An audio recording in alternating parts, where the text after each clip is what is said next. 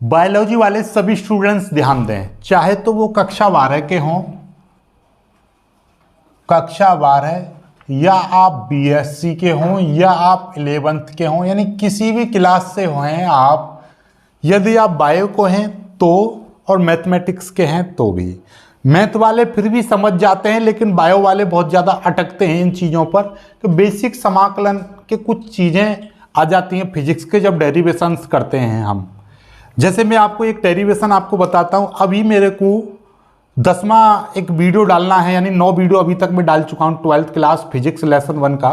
10वें वीडियो को मेरे को करना है किसी, ध्यान से समझिएगा, किसी वैद्युत क्षेत्र में किसी वैद्युत द्विध्रुव को घुमाने में किया गया कार्य का व्यंजक। यानी कि किसी वैद्युत क्षेत्र में किसी वैद्युत द्विध्रुव को यदि मैं घुमा दूं, यानी कि कोई ये आपका एक वैद्युत क्षेत्र है और यहाँ पर कोई भी एक ऐसा करके एक -q और +q कोई वैद्युत द्विध्रुव रखा हुआ है। अब मैं इसको ऐसे घुमा दूं तो इसके जब घुमाऊंगा तो कितना कार्य मुझे करना पड़ेगा, ये आपको निकालना है। तो ये डेरिवेशन जब हम करेंगे तो यहाँ पर आपको W बराबर, ये हम समाकलन का यूज करते हैं और समाकलन का यूज करके ये वाला फॉर्मूला आता है W बराबर cos θ1 माइनस cos θ2, ये आता है। ये फॉर्मूला आपका निकल कर आता है और ये फॉर्मूला आपका समाकलन विधि से आता है। किससे? समाकलन विधि से। P क्या है? इस वैद्युत द्विध्रुव का आघूर्ण है। E क्या है? इस वैद्युत क्षेत्र की तीव्रता है।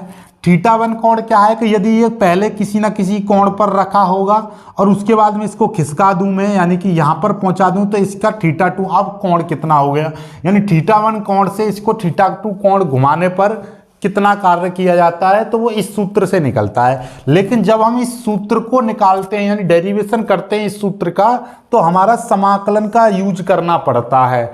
इसलिए ये बायोलॉजी के और मैथ के दोनों स्टूडेंटों को पता होनी चाहिए कि आखिर एटलीस्ट बस 3 फॉर्मूले हैं समाकलन के। ये समाकलन के 3 फॉर्मूले आपको जरूर पता होने चाहिए। कौन कौन से? किसी भी कांस्टेंट का, देखिए पहले तो ये समझो, ये जो कीड़ा सा साइन है, जैसे ये प्लस का होता है, ये माइनस का होता है, ये गुणा का होता है, ऐसे ये वाला कीड़ा सा सिंबल ये आपका समाकलन का होता है। समाकलन, इसको इंग्लिश में इंटीग्रेशन या इंटीग्रल बोलते हैं, इसीलिए मैंने बेसिक इंटीग्रल लिखा है। यानी ये समाकलन का सिंबल होता है। dx, ये dx, इसको पढ़ने का तरीका ये है कि इस कांस्टेंट का dx लिख रहा है, यानी x, इस कांस्टेंट का x के सापेक्ष समाकलन। इसका क्या है? sin x का x के सापेक्ष समाकलन, cos x का x के सापेक्ष समाकलन। मतलब समझ में आ गया? जब कांस्टेंट का समाकलन करते हैं तो कांस्टेंट के साथ में सिर्फ और सिर्फ x की मल्टीप्लाई कर देते हैं। sin x का समाकलन करते हैं तो उसका -cos x आता है, और cos x का समाकलन करते हैं तो sin x आता है। बस ये 3 फॉर्मूले आपको पता होना चाहिए, ठीक है। और एक और चीज, यदि कभी कभी समाकलन पर लिमिट रखी होती है, यदि मैं यहाँ पे आपसे कहूँ a से b आपकी लिमिट है, तो लिमिट इस तरह से आ जाएगी, a से b इस तरह से आ जाएगी। यदि यहाँ पर आपकी a से b लिमिट दे रखी है तो ये इस तरह से आ जाएगी, a से b आ जाएगी। और यहाँ पर भी आपका a से b लिमिट दे रखी है तो वो लिमिट इस तरह से आ जाती है, a से b। तो ये बेसिक। अब कहेंगे सर इस लिमिट का क्या चक्कर है भाई? इस लिमिट का भी समझ लो चक्कर। बाबू भैया लिमिट का चक्कर ये है, देखिएगा आपको मैं सीधे सीधे समझाऊं। यदि आपका ये दे रखा है, ये cos x का समाकलन करना है आपको इस तरह से, और यहाँ पर आपका दे रखा है 0 से 90 डिग्री, यानी कि π/2 आपका दे रखा है। ये लिमिट इस तरह से दे रखी होगी 0 से ये।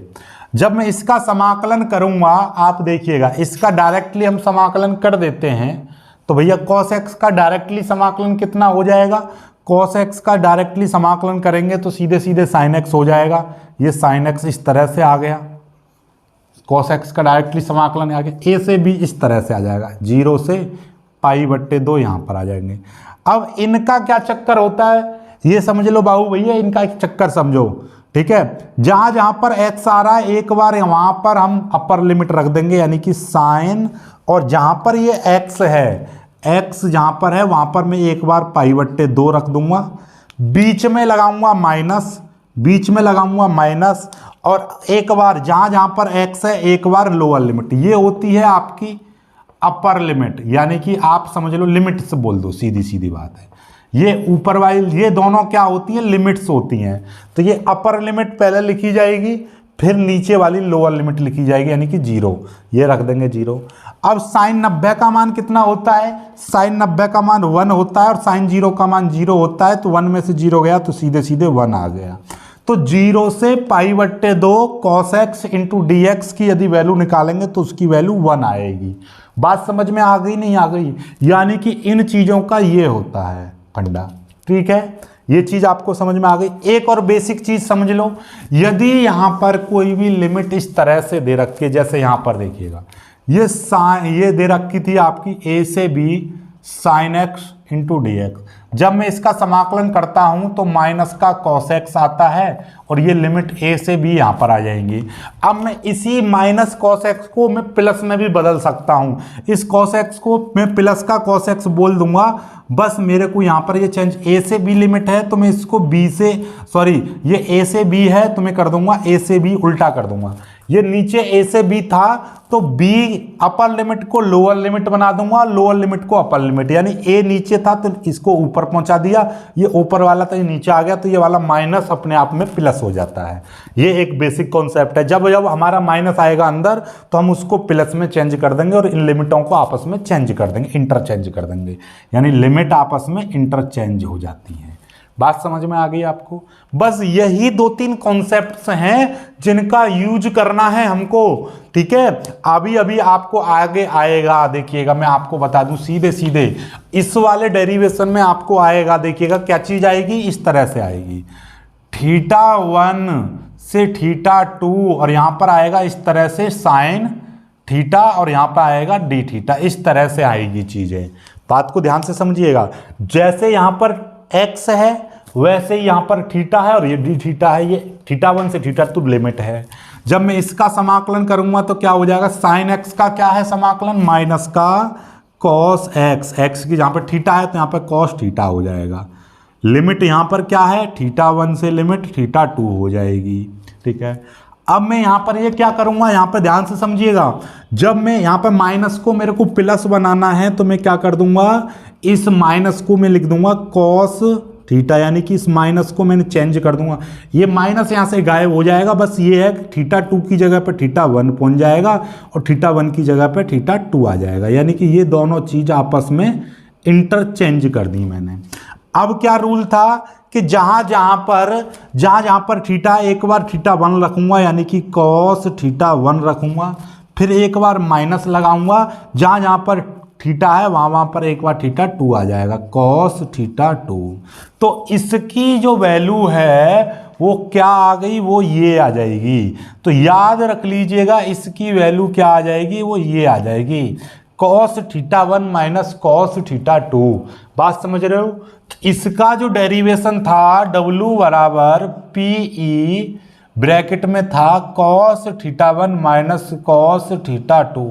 तो ये वाली चीज यहीं से आती है, यानी कि इसको जब डेरिवेशन को करेंगे तो हमारी ये चीज कंडीशन आएगी, और इसको हम इस तरह से सॉल्व करते हैं तो ये आ जाता है।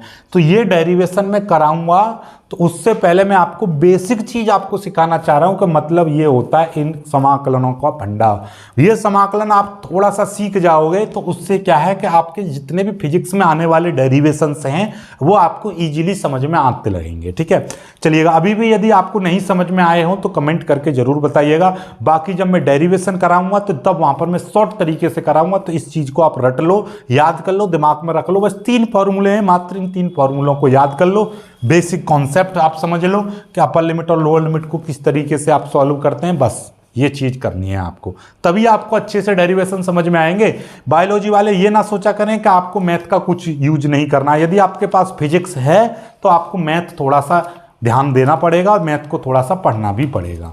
ठीक है, जैसे समाकलन, कहीं कहीं पर अवकलन भी आता है, कहीं कहीं पर बहुत सारी चीज़ें आती हैं, तो वो चीज़ें आपको भी पता होनी चाहिए। वीडियो को लाइक करके शेयर कीजिएगा, चैनल को सब्सक्राइब कर लीजिएगा। इस डेरिवेशन को हम अगली वीडियो में कराऊंगा।